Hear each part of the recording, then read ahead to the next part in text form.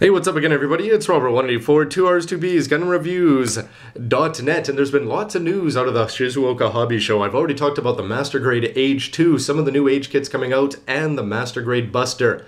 But believe it or not, out of all of those, of course I'm keen on the lead Gundam. But something else really caught my eye, and I think it's going to catch the eye of a lot of Japanese and old school UC fans.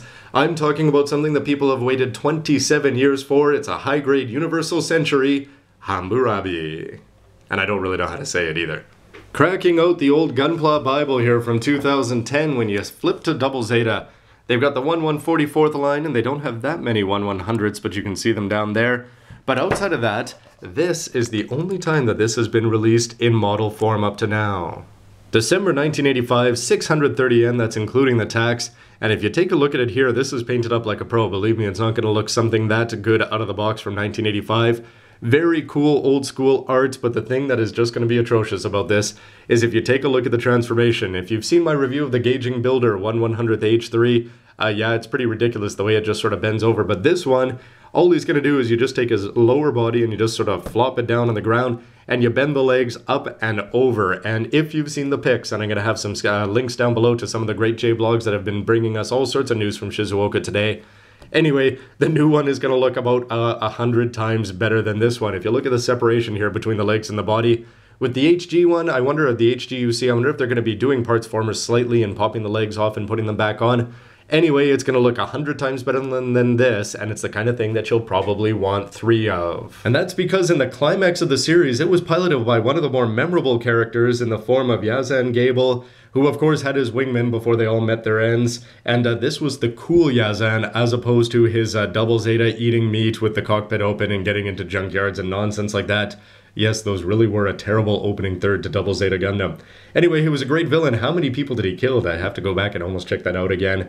But it's been great news for Zeta fans. The whole Universal Century, the things that they've been doing in terms of releasing all the unicorn kits here, with the throwbacks to Double Zeta and Zeta have just been great for everybody.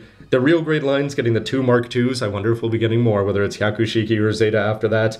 Master Grade Marasai has been eagerly awaited by Zeta fans for a long, long time. And even they do the green variation for the unicorn one, so that's all canon now. So that you can have a red and a green in both UC and MG. I wonder if they're going to do repaints of them all. But anyway, it's a good time to be a Zeta fan with the Master Grade Balud add-on packs, the real great add-on packs. And basically, I think that they're doing a very good job of keeping the the Age fans happy and the Unicorn/Zeta fans from that UC period.